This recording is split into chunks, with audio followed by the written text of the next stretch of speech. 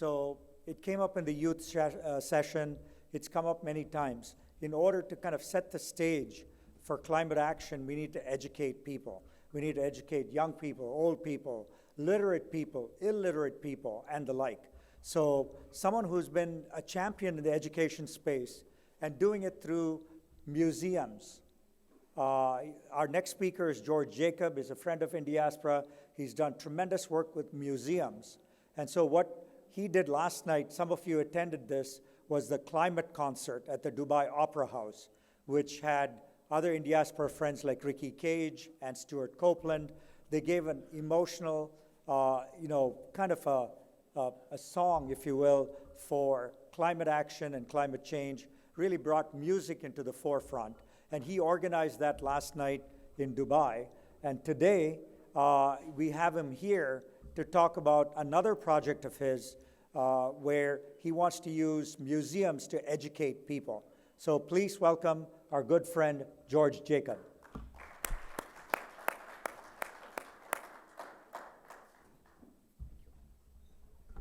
Thank you, Omar.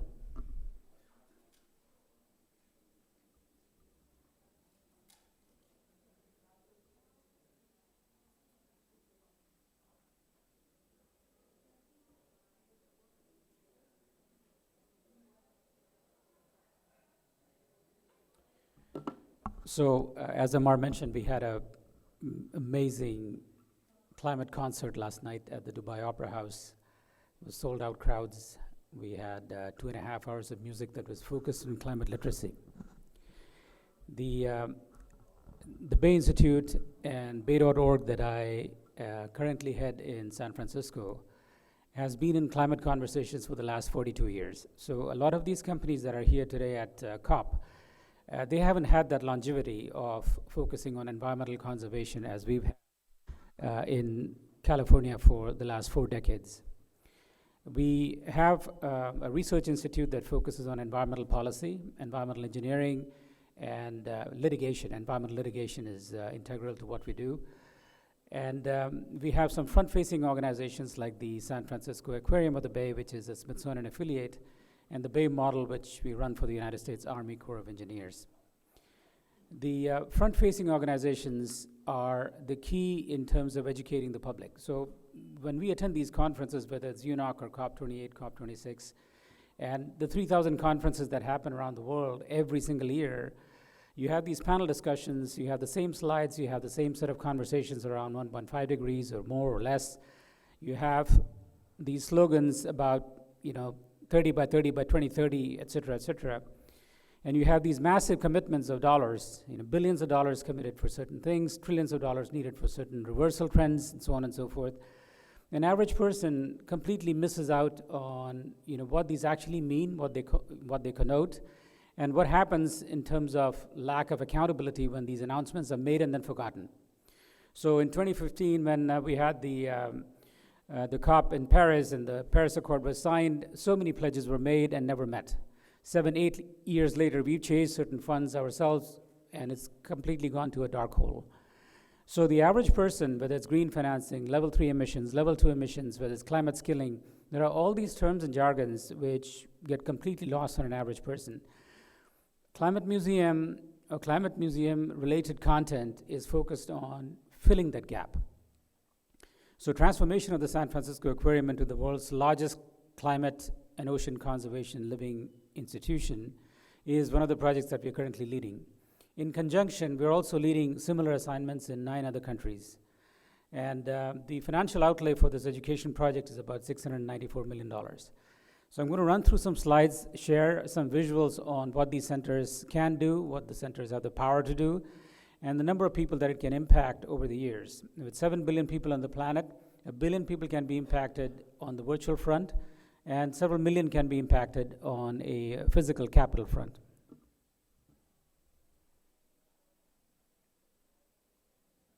So these are some of the activities that we do currently in California that focuses a lot on environmental education, ocean conservation, and climate change. We have, clear programs focused on dive certifications, clear programs focused on environmental education, environmental engineering, green financing, bonds, and the soft power of blue capital.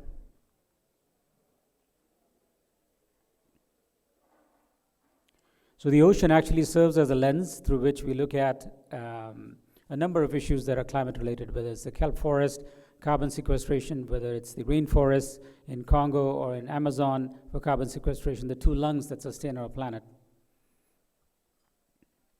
And these are some of our project sites in different parts of the world.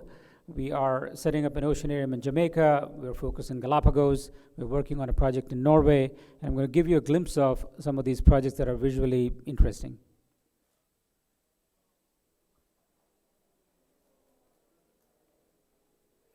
So this is our project transformation in San Francisco, viewing it from the Alcatraz, those who are familiar with that geography there. The building is inspired by nature, it's organic, and it sits on the San Francisco Embarcadero, which is visited by about 15 million tourists a year. If our capture rate is about 30% of that amount, we have a significant green forest that we can generate from this particular center, which has an oceanarium at its core. So we currently hold 1 million gallons of salt water. We hold 24,000 animals, 200 species. That'll go up to 30,000 animals, about 2.2 million gallons of salt water. And the eco-biodiversity, the marine biodiversity of the San Francisco Bay acts as that lab that tells you about ocean pollution, microplastics, domoic acid, all the other issues that are faced in that microcosm.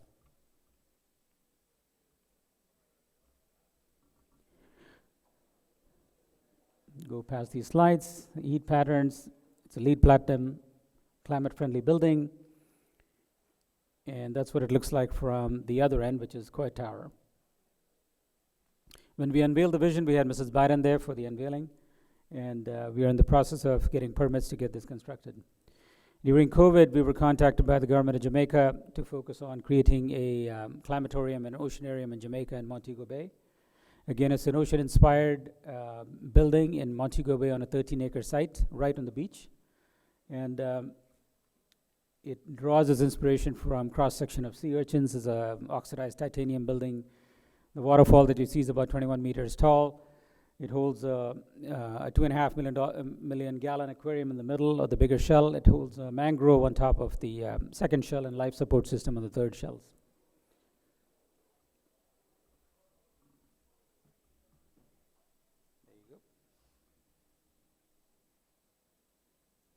View at night.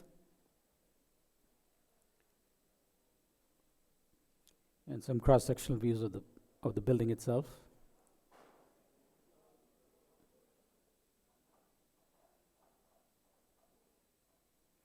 This is Norway. So Bergen is known as the ocean city, as many of you may know. It's also the salmon capital of the world.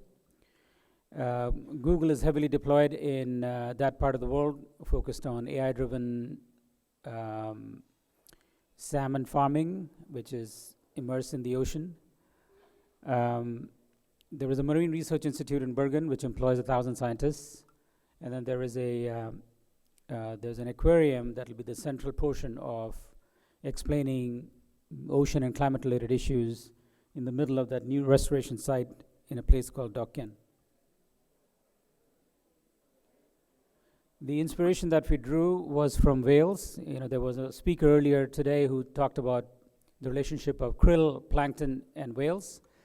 He talked about whaling as an industry, and there was a reference to whale oil being used for certain human needs. So we took inspiration from that symbolic reference, interestingly, with sperm whales that live very close to the Norwegian shores.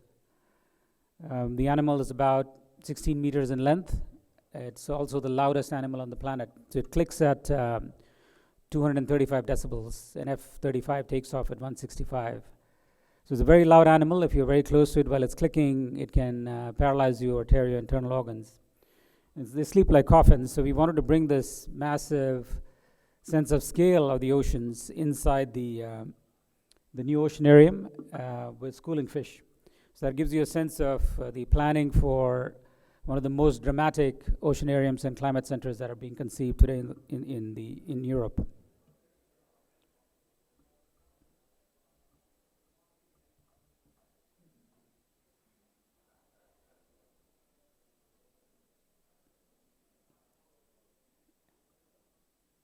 The back slide is working. front slide is not working. In any case, there are other projects that we are involved with that address local problems. So the idea is to use these local problems to look at local solutions and then to explore whether these local solutions are scalable elsewhere. So for example, here, one of the local issues is with how to use AI effectively in sustainable salmon-based farming, where these ocean pens are inserted in the ocean and the salmon actually lives in the pen. Its feeding pattern, its heating cycles, everything is controlled by AI cameras from Silicon Valley in many cases. And they monitor the health of the salmon, including the weight to length ratio and so on and so forth. That is a billion-dollar industry that can be scaled into other species. So there is that. Many of you may or may not know that there is a little bit of ocean involved with every COVID injection that you took during COVID years. So there is a crab called the horseshoe crab, which has a copper-rich blood, which looks like milk, blue milk. And there's a little bit of that in every COVID dosage that you take. And these horseshoe crabs have not evolved in 278 million years, and the immune system is pretty strong. So whether it's a Botox injection or insulin injection or any other injection you take, an anticoagulant comes from this horseshoe crab. Similarly, nature has provided us with pretty every solution that we can think of. So those are elements that we bring to the fore inside these centers, where the idea is to have that emotional appeal. So whether we talk about data, whether we talk about graphs, histograms, charts, people, after some time, they glaze over. These numbers don't relate to them. But if they have that emotional connection, like we tried to use last night with music, there is a good chance that we will have that empathetic sort of trigger within us to rise above our differences and find solutions to the problems that we as humans have created during the Anthropocene. So thank you very much.